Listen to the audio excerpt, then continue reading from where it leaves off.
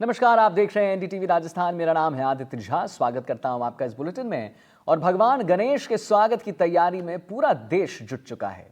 मोती डुंगरी मंदिर में भी कई मान्यताएं हैं। यही वजह है कि खास मंदिर में लड्डुओं की झांकी सजाती है। आइए आपको दिखाते हैं रिपोर्ट।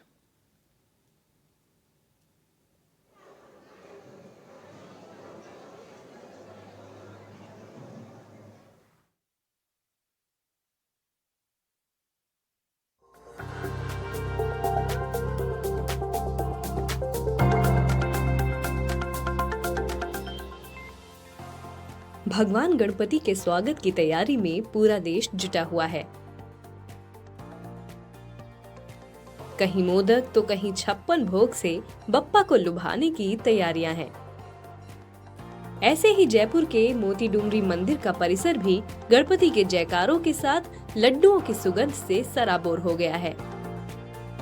मंदिर में गणेश चतुर्थी को लेकर अलग अलग साइज के लड्डुओं की झांकी सजाई गई है, जिससे पूरे परिसर की हवा में मिठास घुल गई है।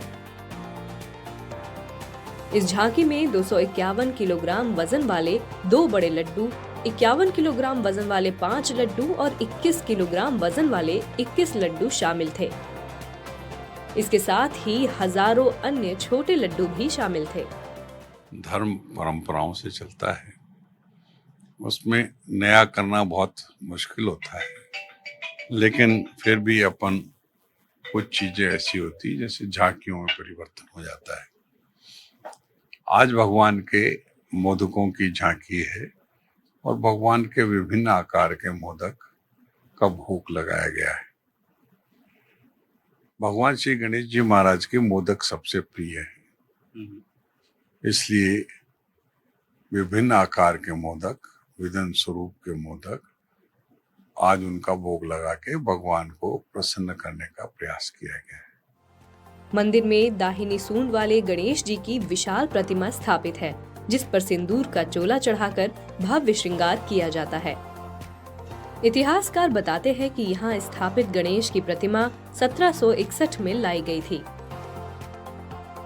उस समय भी ये प्रतिमा 500 साल पुरानी थी।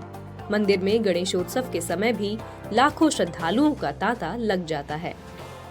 गणेश चतुर्थी को लेकर देश और प्रदेश में हर कहीं पे आप देखेंगे तो भगवान श्री गणेश के मंदिरों में पूरी तरीके से जो तैयारियां हैं जोरों शोरों से चल रही है। और वहीं अगर मैं राजधानी जयपुर की बात करूं तो आप मेरे पीछे तस्वीरों में देख सकते हैं कि ये वो प्राचीन मंदिर है जहां पे जो सबसे बड़ी भगवान श्री गणेश की प्रतिमा है। और इसके साथ ही आपको बता दें कि इस प्रतिमा में आप देखेंगे कि जो हीरो से बना हुआ या फिर जो कह सकते हैं कि नगीनों से बना हुआ एक जो उनका मुकुट है, वो आप देखेंगे कि इस मुकुट को बनाने के अंदर कहा जाता है कि 40 साल से अधिक समय है इस मुकुट को बनाने में लगा है। और इस मुकुट की विशेषता इस बात से लगाई जा सकती है कि इसके अंदर जो अलग अलग रंग के जो नगीने और जो कह सकते हैं कि जो इसमें रतन जड़े गए हैं, कहीं ना कहीं वो अपनी सुंदरता है अपनी अलग ही यहाँ पे दिखाते हैं। वहीं अगर मंदिर के अंदर जो गणेश चतुर्थी की तैयारियों की बात की जाए तो यहाँ पे अलग अलग साइज के जो मोदक हैं वो भगवान श्री गणेश को अर्पित किए गए हैं। आप देखें कि यहाँ पे सबसे बड़ी साइज के लड्डू हैं वो भी यहाँ पे हैं, और जबकि सबसे छोटी साइज के हैं मोदक है वो यहाँ पे रखे गए हैं। और इस बार भगवान श्री गणेश के जो कह सकते हैं कि भक्तों के लिए जो कई ऐसे जो मंदिर परिसर के द्वारा व्यवस्था की गई है कि जो भी भक्त आ रहा है उसको प्रॉपर तरीके से दर्शन हो। और इसके लिए चाहे डिजिटल माध्यमों, क्योंकि टेक्नोलॉजी का जमाना है और जाहिर सी बात है यूट्यूब के माध्यम से भी यहाँ पे भक्तों को सीधे दर्शन करवाने की यहाँ पे सुविधा उपलब्ध करवाई जा रही है। इसके अलावा अगर बात की जाए यहाँ पे भक्तों की भीड़ की तो आप देख सकते हैं आज बुधवार है, भगवान श्री गणेश का दिन है, तो जाहिर सी बात है भक्तों का आना लाजमी है। और इसी को लेकर यहाँ पे जो भक्त हैं अपनी मनोकामना यहाँ पे जल्द से जल्द पूर्ण हो, इसके लिए यहाँ पे भक्त हैं लगातार भगवान श्री गणेश के सामने यहाँ पे नतमस्तक होते हुए दिखाई दे रहे हैं। मेरे साथ कुछ भक्त हैं, उनसे भी मैं बात करूंगा क्योंकि भगवान श्री गणेश के मंदिर में आए हैं तो उनसे भक्तों से भी बात करना जरूरी बन जाता है। बाबू जी कहाँ से आए हैं? मैं बेंगलोर से बता रहा हूँ साहब। अच्छा। कल 2 दिन पहले आया था और गणेश चतुर्थी में स्पेशल जयपुर मोती डूंगरी के दर्शन करता हूँ हर बार, और ऐसा ही मेरा आज बुधवार को दर्शन करने का मन हुआ। आज वो लगातार 3 दिन में दर्शन करूंगा अच्छा। ऐसे ही उसके बाद जो है 9 तारीख को वापस बेंगलोर रिटर्न मेरा है, जाने का है। तो स्पेशली आप हाँ गणेश स्पेशल, चतुर्थी हाँ गणेश चतुर्थी हर साल आते हैं? हर साल आने का मन रहता है मेरा। हाँ। 99% हर साल ही आया हूँ। इस तरीके से इन्होंने बताया कि बैंगलोर से ये आए हैं और विशेष तौर पे सोनी। भगवान श्री गणेश के सामने अपनी जो मनोकामना है वो यहाँ पे मांगते हुए दिखाई दे रहे हैं। इसके अलावा अन्य भक्तों की बात करूं तो आप देखेंगे चाहे वे बड़े हो चाहे बुजुर्ग हो चाहे आप देखेंगे कि जो छोटे बच्चे हैं वो भी भगवान श्री गणेश के सामने नतमस्तक होते हुए दिखाई दे रहे हैं। यहाँ पे और भी भक्त हैं, मैं उनसे भी बात करूंगा। क्या कुछ कहेंगे? जिस तरीके से भगवान श्री गणेश का नाम आता है उनका सबसे पहले पूजा की जाती है और चाहे जयपुर में हर कोई आता है, चाहे नेता हो चाहे अभिनेता हो, हर कोई भगवान श्री गणेश के आगे नतमस्तक जरूर होता है। क्या कुछ कहेंगे?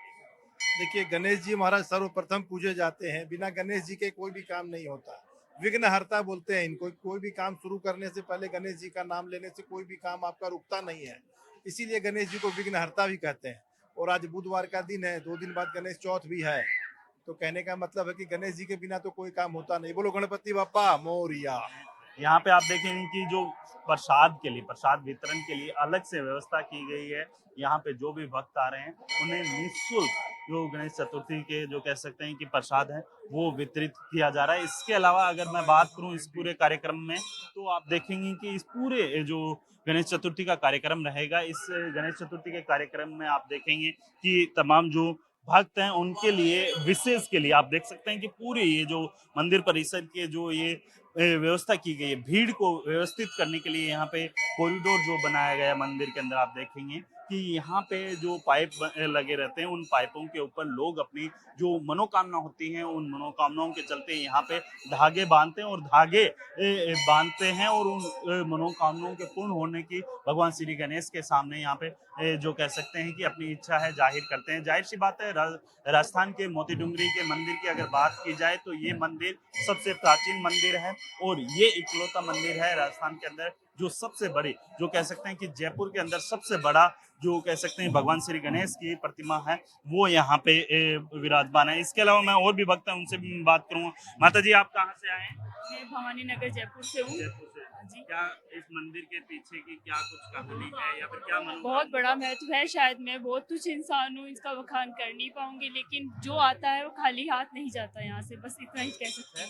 वो उसकी सहायता करते हैं। इसके अलावा अगर बात की जाए इस पूरे मंदिर की तो इस पूरे मंदिर में आपको दिखाना चाहूंगा कि इसकी सुंदरता आप देख सकते हैं। पूरे मंदिर के अंदर भगवान श्री गणेश के जीवन से जुड़ी हुई अलग अलग यहाँ पे वो तस्वीरें हैं, वो घटनाएं हैं जो हमें हर बार उनकी जो कह सकते हैं जीवन से प्रेरणा मिलती है, किस तरीके से हमें जीवन जीना चाहिए। और वहीं पर आपको मैं एक तस्वीर और दिखाना चाहूँगा कि ये वो तस्वीर है जो भगवान श्री गणेश के जीवन से जो उनके जीवन के अंदर जो घटनाएं घटी हैं उन घटनाओं से कहीं ना कहीं जो कह सकते हैं कि आम जो मनुष्य रहता है उसको बहुत कुछ है वो सीखने को मिलता है।